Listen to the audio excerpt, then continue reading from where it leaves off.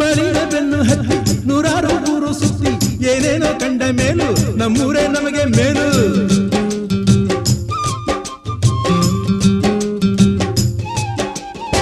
ಕೈಲಾಸ ಕಂಡ ನಮಗೆ ಕೈಲಾಸ ಯಾಕೆ ಬೇಕು, ದಾಸರ ಕಂಡ ನಮಗೆ ವೈಕುಂಠ ಯಾಕೆ ಬೇಕು.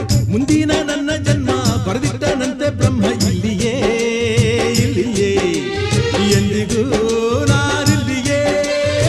ಹುಟ್ಟಿದರೆ ಕನ್ನಡ ನಾಡಲು ಹುಟ್ಟಬೇಕು, ಮೆಟ್ಟಿದರೆ